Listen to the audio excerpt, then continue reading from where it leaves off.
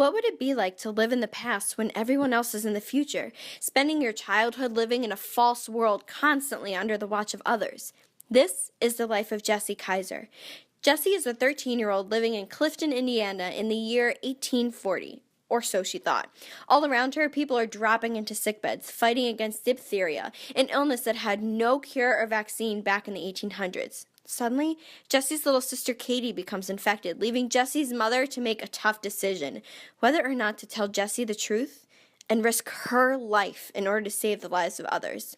Jessie learns that it is not actually 1840, but rather it is 1996, and her parents have chosen to live in this community while others watch Jessie's life like it's some tourist attraction. Jessie must take the clothes her mother wore into the community, escape through a tunnel, and find help in the future before it's too late. This book is a great introduction to dystopic novels. It allows students to look at oppressive powers and how they affect those beneath them, and it also emphasizes what can happen when someone decides to go against that main power. Teachers can even begin to tell students about the idea of Jeremy Bentham's panopticon, where people are constantly under surveillance by a figure of power in the tower.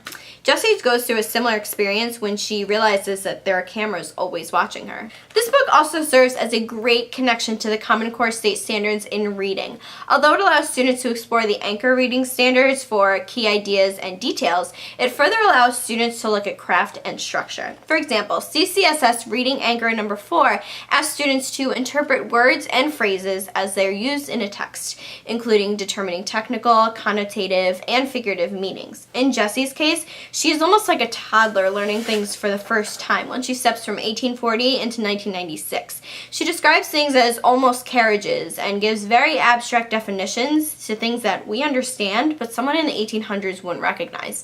Students will be given the opportunity to learn that there are not actual eyes in the sky, but rather Jessie is looking at closed-circuit cameras that are scanning the fence around Clifton. The language used in the text to describe everyday objects allows students to develop their figurative language skills. It provides the opportunity for students to practice decoding Jessie's language to figure out whether she's talking about a car or a toilet.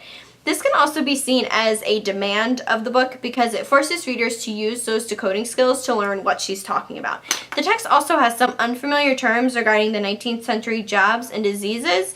In the beginning of the novel, there is not much explanation of diphtheria, so readers will either have to guess or research the disease in order to understand just how urgent it is that these people receive health care.